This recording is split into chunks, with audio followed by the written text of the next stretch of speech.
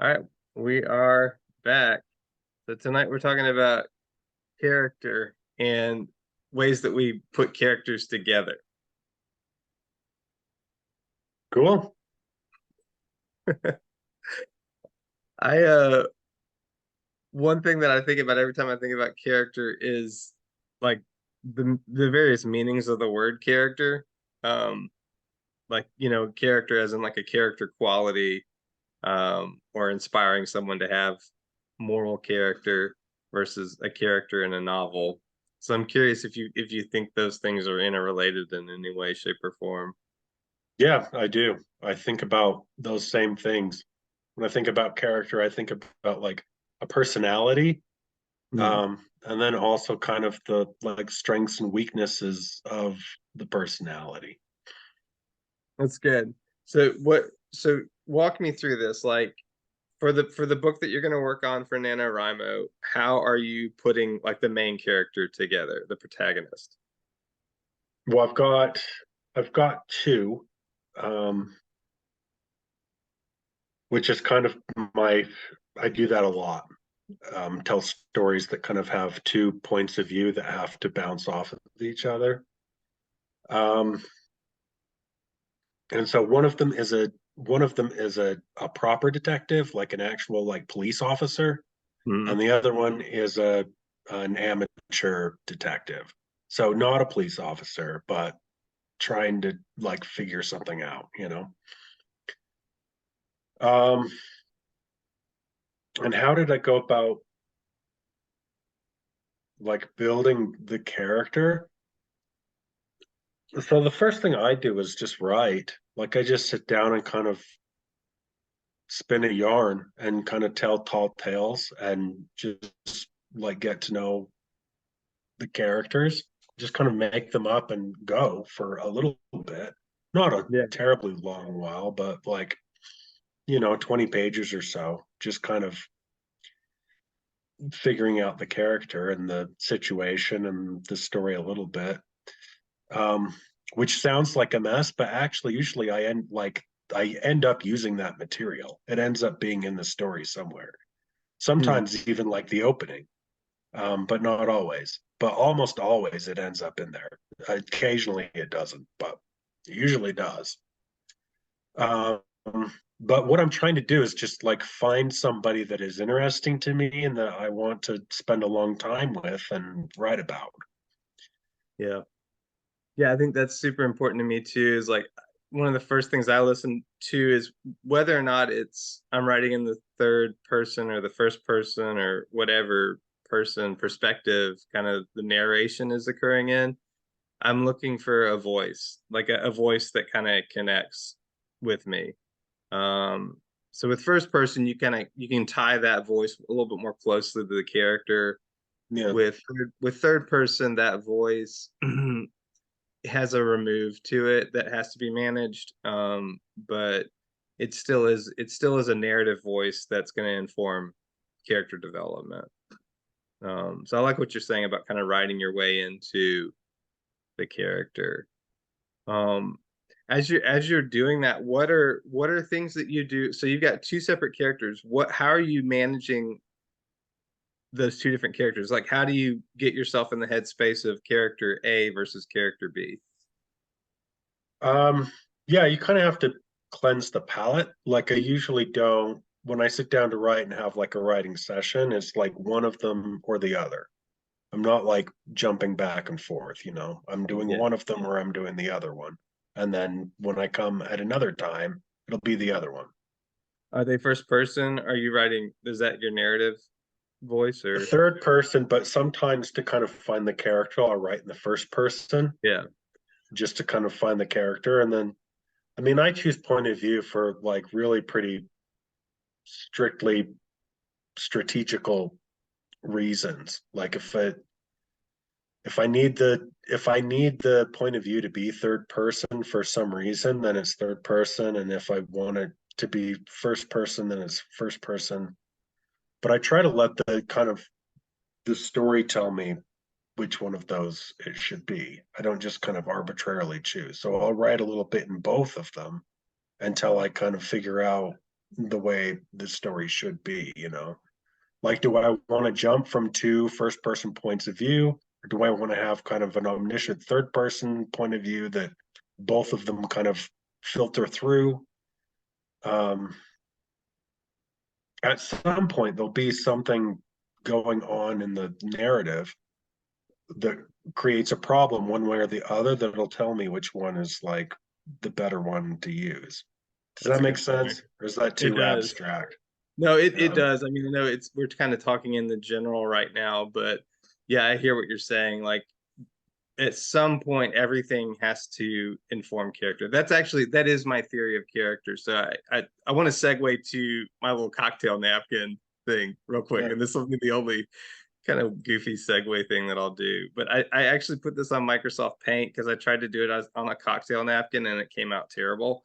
Um, and I may be too like thinking too essentialistic on this, but I think about character as like a dance of these three things, and that there's this like objective correlative that's informing my character. Like I love who was it who talks about the funny hats? The guy who did Sandman. I'm drawing a blank on his name. Neil Um, Gaiman? yeah, Neil Diamond, Gaiman, not Neil Diamond. Yeah. He talks about how all the characters should wear funny hats, and just meaning like your character should have something that like alerts the reader to like, hey, this is the guy, this is Detective A versus Detective B, right? Either it's a speech idiosyncrasy or a salient detail or a literal hat, whatever it is. Um, but long story short, this is kind of a way of kind of getting into that space. So whether we're talking about plot, whether we're talking about setting, or whether we're talking about prosody, and I think about prosody as being those kind of rhythmic elements of the story, like sequencing, the actual rhythm of the language, the way that paragraphs are written, the way that like are they short sentences or long sentences, like all of those I would say are elements of prosody that inform narrative. I know prosody is normally like a poetic term, but I think we can talk about it in this term. I think that is what makes up a character. Um, and I know that normally when we talk about story, we talk about story being plot, character, and setting. And I'm kind of spinning off on that, going this other direction and saying, well, what is character? And I would say, well, character is a combination. It's like these objective correlative of these elements, things coming from these domains. Um, so I don't know. It works for me because I feel like I can, when I organize characters, I kind of organize them around this weird little pyramid, and and I can kind of like put prosody elements in one corner and be like, remember this character uses clipped speech, or this character has a lot of memory stuff, like he's constantly going backwards in time, or this character's constantly going forwards in time and imagining what could be, right? um this character is tied to this setting. Like I feel like apartments or rooms or cars or workplaces all tell us something about the character who works or drives that car or whatever. You know what I mean? Like all of those things inform the character. The clothing that they wear informs the character. The kind of watch that they have informs the character. Um, and then of course the plot. And I'm one of the reasons I kind of did this is because I'm setting myself up against like those folks who just say that there's like two kinds of novels out there: character driven fiction and plot driven fiction. And I think that's garbage. I think it's a bad theory. um and I do think everything goes back to character. We just have some fiction that has, it's the characters are intentionally flattened, and that's part of how it works, the storytelling works. And then other where the characters are much deeper, and that's how the storytelling works. um so yeah, I'm curious what you think about that, like that idea of kind of like stepping back from plot, character, and setting and saying, no, it's all about character.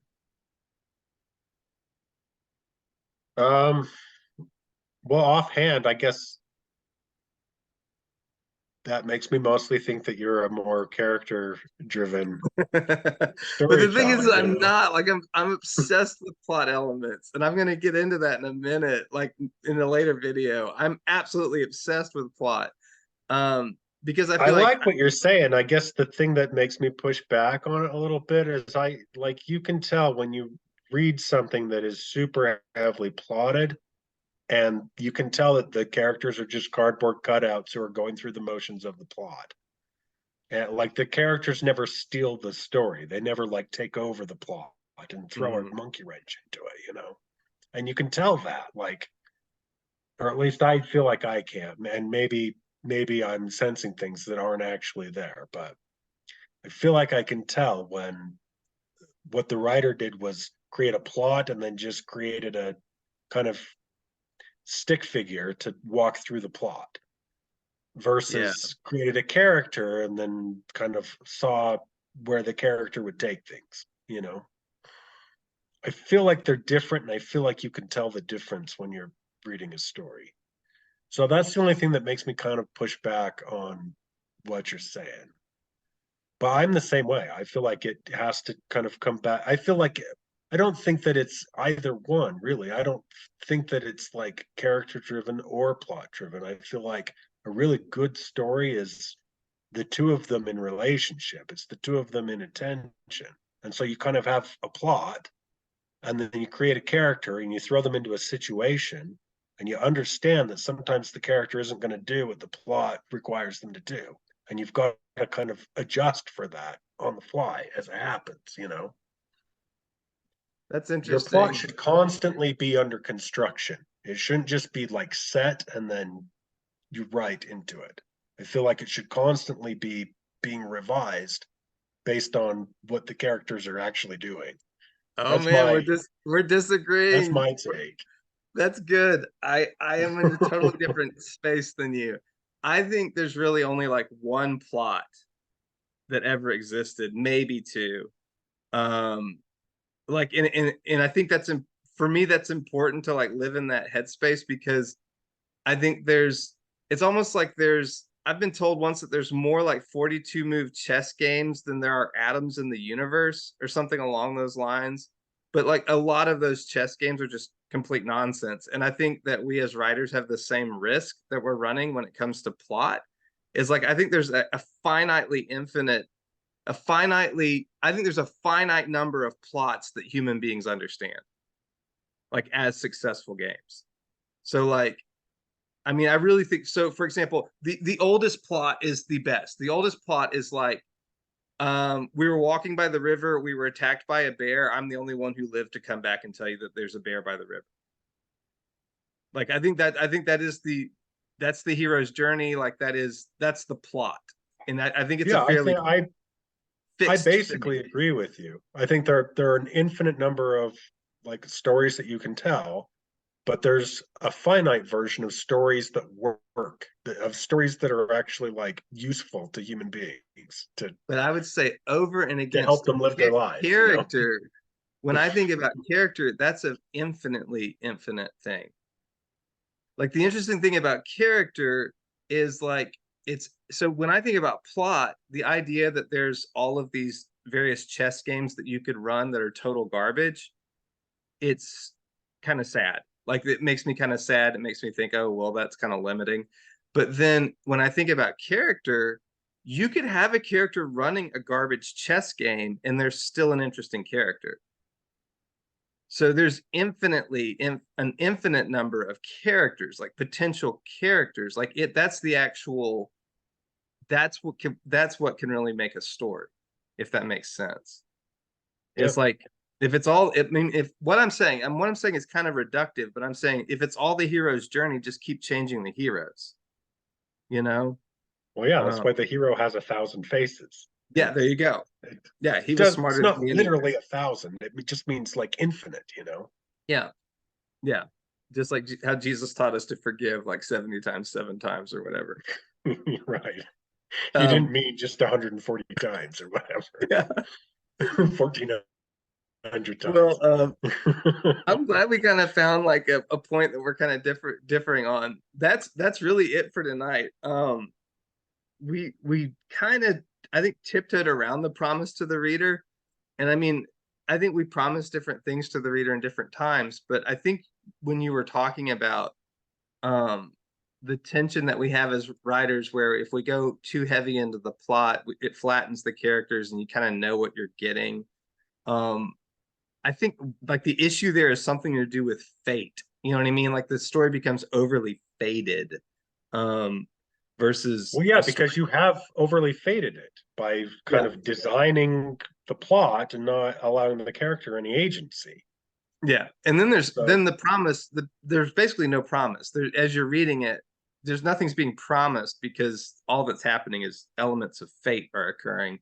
Um, when a story is truly novel, it's because something other than fate is in operation. Like there's like this hope that's being extended out there. That, at least that's what I think. Um, so for next time, I want to talk about. I have this idea that like, and this may be totally garbage, but like they, what do they say you need for a wedding? It's like something borrowed, something bought. Do you know what I'm talking something about? blue, yeah, something blue, something borrowed, something new. Yeah. There's some Yeah, little I don't know. algorithm for getting married, right? I Yeah. was thinking about in terms of like getting prepared for the outline, like so I want to move towards talking about outline next time. But I thought about something burned, something dead, and something stolen. Um like Wait, so your story has to include all these things. yeah, there's gonna be something burned. I don't know what it will be. Something I'll do dead and that. I'll work that something into my stolen. story too. Something Yeah, burned, something stolen. What was and the other one? something dead. Something dead. Okay. Something Yeah. dead, something burned, something stolen. Yeah, I and can do that. that can be figurative. I mean, Sure. sky's Yeah. the limit. Yeah, Uh, sky is the limit. But yeah, that's what we'll talk about next time. So I guess good night for now. okay. Till Thursday. Yep.